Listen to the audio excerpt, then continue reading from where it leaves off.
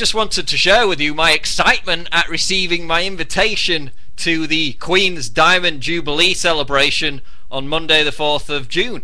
As you see there, the bunting will be out, the Union Jacks, and we will all join together with bouncy castles, barbecue food and the like to celebrate our Germanic hereditary rulers.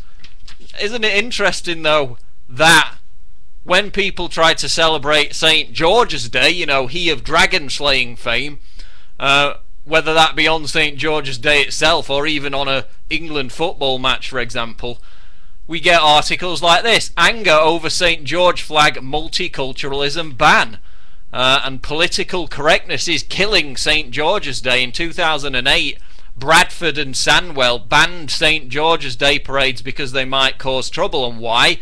Because people are afraid to display the St. George's Day flag, you know, the red and white flag for England, because they might offend ethnic minorities or immigrants. So you can only display the flag symbolising your allegiance to the ruling royal family when the establishment approves it. Now, this all ties into something we've talked about before, which is the quandary of the 21st century English patriot, because the pillaging and the bloodshed that the people who acted under this flag in our name have performed over the last several centuries is of course nothing to be patriotic about. The American patriot has the same kind of quandary in the contemporary sense, because you know, the current people in charge in Washington have completely abandoned the ideals of the American founding fathers. So what's left to be patriotic about for the modern day Englishman?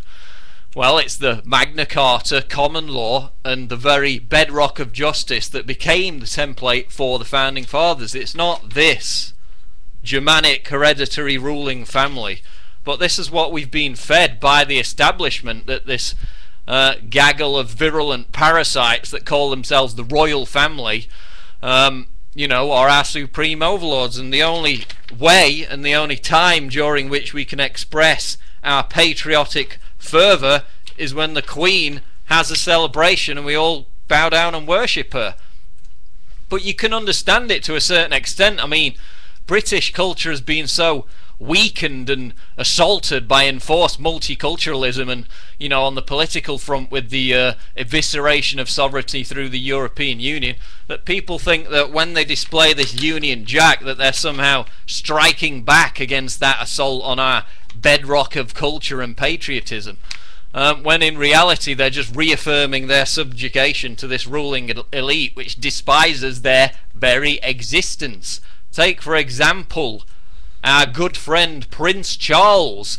One must take shorter showers, says Charles. Prince urges British families to snub the bathtub. So because Charles is this great enviro crusader, of course he's got a dozen palaces, you know, hundreds of acres, thousands of acres of land to his name, but he lectures us all day about how we need to reduce our living standards and not take a hot bath. Likewise, Prince Philip of World Wildlife Fund fame, you know, the charity that urges you to donate to them to save the tigers, not including the tigers that Prince Philip likes to shoot when he goes hunting in Africa. But aside from that, Prince Philip, who again we will bow down and worship on June the 4th, has stated in his own words on many occasions that he wants to return as a deadly virus to wipe out humanity, basically because there's too many of us and we need to be culled. So he often expresses his wish to wipe out, you know, the poverty-stricken scum in the world, and yet we're supposed to get together and bow down to him in this patriotic fervour. So basically, I think we need to redefine patriotism in England, and the Diamond Jubilee is just another way that the establishment fools people into misdirecting and misplacing that patriotism. But I want to know how you're planning to celebrate the Queen's Jubilee, because I know I'm very excited about it.